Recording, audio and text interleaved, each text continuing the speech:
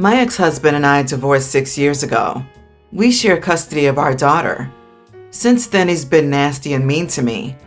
I kept in contact with my former in-laws. They care about their relationship with me. My former mother-in-law has done a lot for me. She's the best grandma my daughter has. She visits and is always there for me despite my ex's opinions. I got married to my now husband, and we have a boy together. Unfortunately, he was born with a medical condition and didn't make it to his first birthday. I was told my ex-husband's wife had a baby boy a few days before my son's birthday. She called to extend her condolences, but I ignored her because her behavior and comments about my son. I had a small gathering last week on my late son's first birthday. After we took a few minutes of silence, I received a package wrapped in paper. I opened the box and found an album full of my ex-husband and his wife's newborn photos. We were in disbelief. His wife sent it. I didn't understand why she sent them. I called my ex and he hung up on me from work. I was livid. I went over to my former mother-in-law's house at night because she wanted me there. I saw my ex and his wife were there. Former mother-in-law said they came unexpectedly, but insisted that I come since the entire family was there. While we were having dinner, I took a few minutes to ask my ex's wife why she sent me her son's photo album on my son's first birthday. Everyone was shocked when they heard.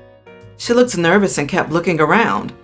Former mother-in-law asked for clarification, and I told her what had happened and what her daughter-in-law had said. She was livid. I started yelling at her and pointing at her, calling her awful and disrespectful. My ex kept defending her, claiming I was lying. Finally, I just pulled the album out of my bag and put it on the table and walked out. I left while everyone was yelling at his wife.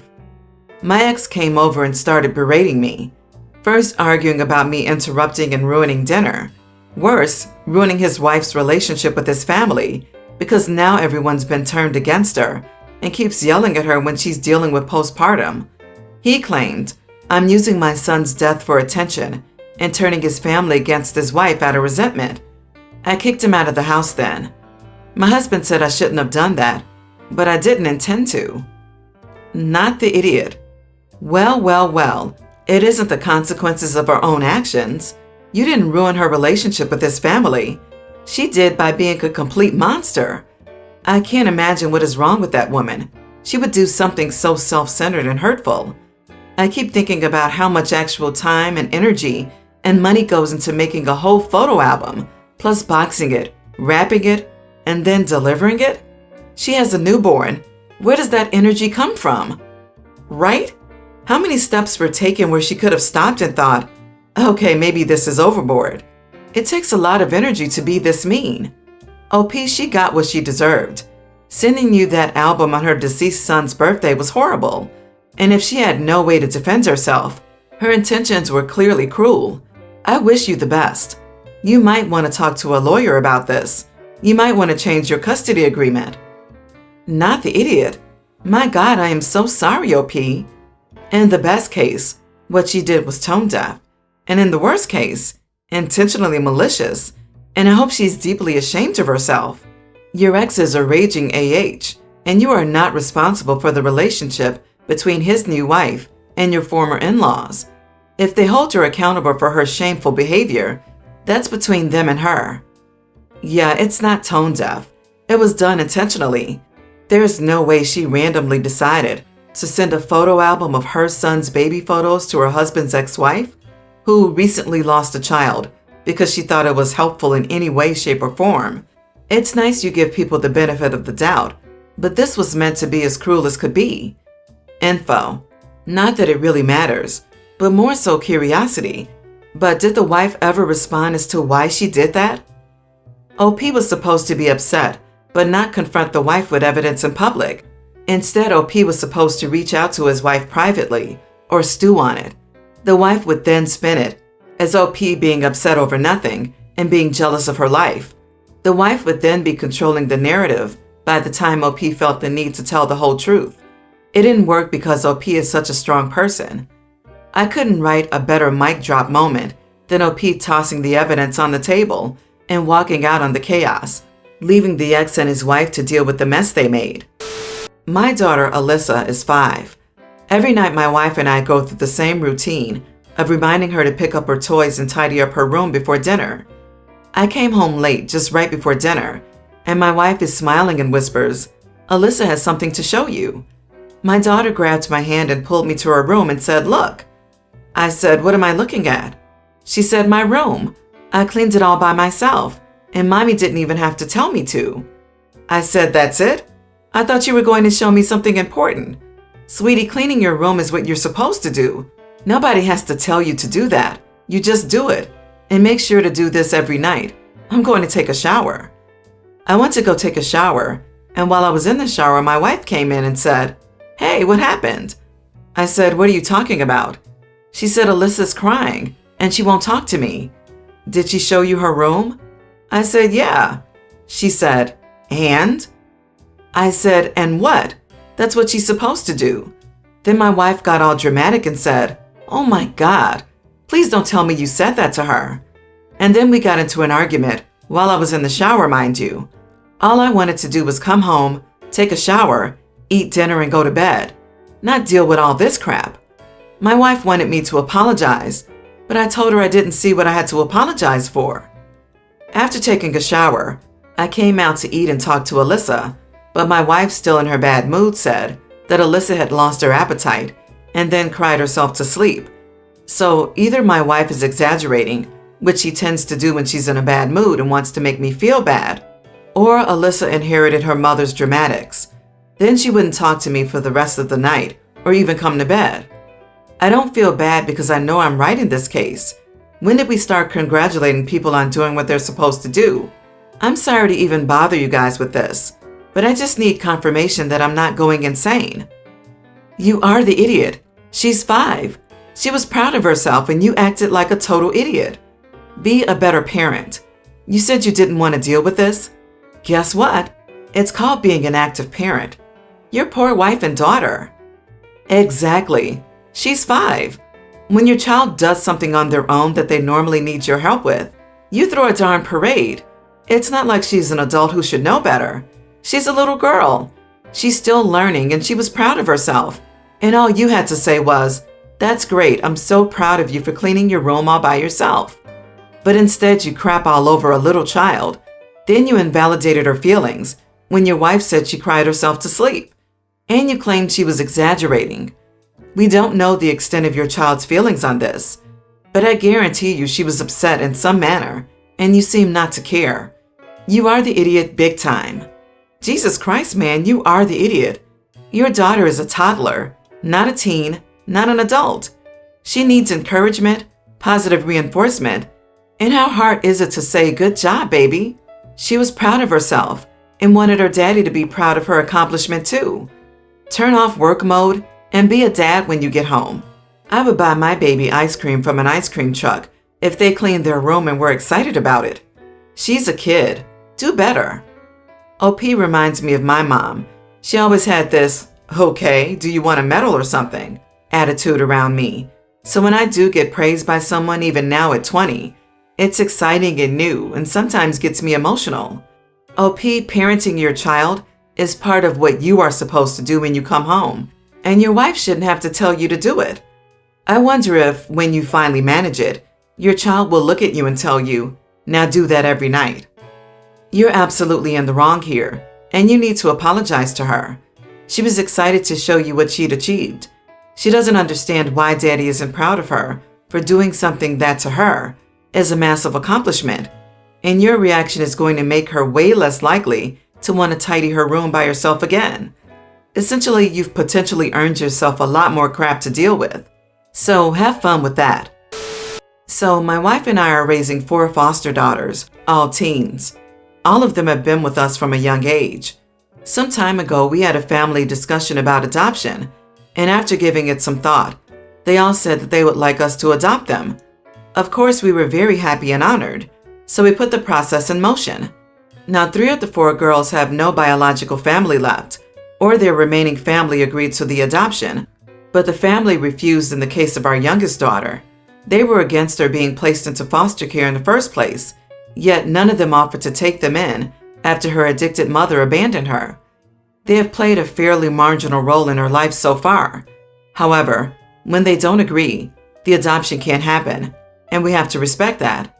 My youngest daughter has developed abandonment issues after her mother abandoned her at 3 years old, and she went through 3 foster families before arriving at us. She had been in therapy for several years now, and although it has gotten a lot better, the fears are still present. After she heard she couldn't be adopted, she got very sad and anxious and talked about how if she was the only one not adopted, she would be the only one who could still legally be removed from the family. We told her that after almost a decade of being with us, that chances are very small that that would happen, but she's still afraid. Now, one of the reasons we wanted to at least propose adoption to our daughters, although the main one is, of course, that we love them to pieces, is that we would make it clear to them that we are committed to being their parents their whole lives, not just till they're 18. But while the other 3 girls are very happy and looking forward to it, the whole affair seems only to have made the abandonment issues of the youngest one worse, and we feel bad about that. We've been telling her a lot that if her biological family ever changes their minds, we will adopt her in a heartbeat, and that it won't change how we treat her or her sisters, but she's still very sad. She isn't sure she wants to come to the adoption ceremony because, quote, I will cry for sure and I don't want to ruin it for them. We have offered to adopt her at the same ceremony, ceremonially, but she refused it because it isn't the same. To be fair, it isn't. She has never explicitly said she doesn't want us to go through with the adoption of the other 3, but we can see she's very sad about it and that it's feeding into her issues. But on the other hand, we don't want to disappoint our other daughters. So would we be the idiots for adopting only 3 of our daughters? You are all stuck in a tough place because your youngest cannot be adopted. It sounds like you are supporting her as much as possible through this, on top of being caring parents for all of them. However, it wouldn't be fair for your other daughters to not adopt them and give them the security that adoption provides. So no idiots here. If you can do adult adoption, maybe do that when the youngest is old enough, or have some other sort of ceremony. You are the idiot. Why aren't you disputing the refusal? Put the adoption for the other 3 on hold until you actually get a current answer from the courts about the youngest. Honestly, the bio parents shouldn't hold any weight. They haven't had her in a decade. Fight the refusal. Tell your other girls that you're going to fight to adopt the youngest in the same way they're being adopted. Bio family often has the final say in any decision, including who she lives with, as long as the state doesn't reject the placement. Pushing their luck could force the bio family's hand if they don't want to give her up entirely, for whatever reason. Please don't advise if you're not familiar with this stuff. This could get a family in a lot of trouble. It could backfire. OP, why didn't you look into this before you brought it up with the kids? You should have considered you wouldn't be able to adopt all of them and had a plan for what you would do if that was the case. Now it seems like you got her hopes up by making a promise you couldn't keep. And now you're just like, oh well, I guess we tried. If she already has abandonment issues, the thought of my bio family doesn't want me and my foster family won't even fight for me seems devastating. Update. Am I the idiot for adopting only 3 of our 4 foster daughters? First of all, thanks to everyone who has compassionately replied to this story. There are actually professionals involved in this, don't worry, but it was still refreshing and helpful to see things from a different point of view. Since I have posted this, a couple of things have happened. We have had a family discussion with me, my wife, and all 4 girls about this unfortunate situation and talked about everyone's feelings about it. Of course, there were tears and laughs, but it was a relief to us all in the end. With a unanimous decision, we decided to adopt the 3 eldest, but to keep the adoption ceremonies to a legal minimum and instead do something fun with the whole family to celebrate the occasion. Second, we have looked into a couple of things. Previously, we had understood from our contact with the social worker, who helps us with the adoption process, that when a biological family objects so strongly to the adoption, as they have with our youngest daughters, a court case would be useless because the judge almost always sides with them. However, we have contacted a lawyer, and it seems she was a bit too pessimistic about that. So we are exploring our legal possibilities and letting our little girl know we will fight for her. My parents were very cold, strict, and controlling people almost my entire life. very religious and always cared about how the rest of the church viewed them, so they were even harder on me to always be perfect. I was out of the house at 18. I didn't have any money since my parents never let me work, so I lived with friends. My girlfriend and I were only 19 when she got pregnant. Neither of us with a place of our own, no money, so we weren't at all prepared to be parents. Despite trying to break away from our parents' strict religious views, we still felt guilty about considering ending it. I'm entirely pro-choice, by the way, but we couldn't bring ourselves to do it and looked into adoption instead. We went through the process, and a nice enough couple adopted our son. It hurt for a long time, but we eventually moved on with our lives. The thing is, I never told my parents anything. I feared what they would do if they found out. Yes, at that age, I still feared them. I was mostly afraid they would try to adopt him instead and raise him in the same dysfunctional household, which I couldn't allow knowing how they'd be. We were no contact at all when this was happening and didn't speak until after 15 years. My dad had a heart attack and was in the hospital. I reached out and helped while he was in recovery. They both wanted to mend our relationship since this was a wake-up call, and while it's not perfect, and they're in some ways still stuck in a certain mindset, I know they've tried to be more open and loving. When my bio son was adopted, we agreed he was free to contact us once he was older, and that's exactly what he did when he was 19.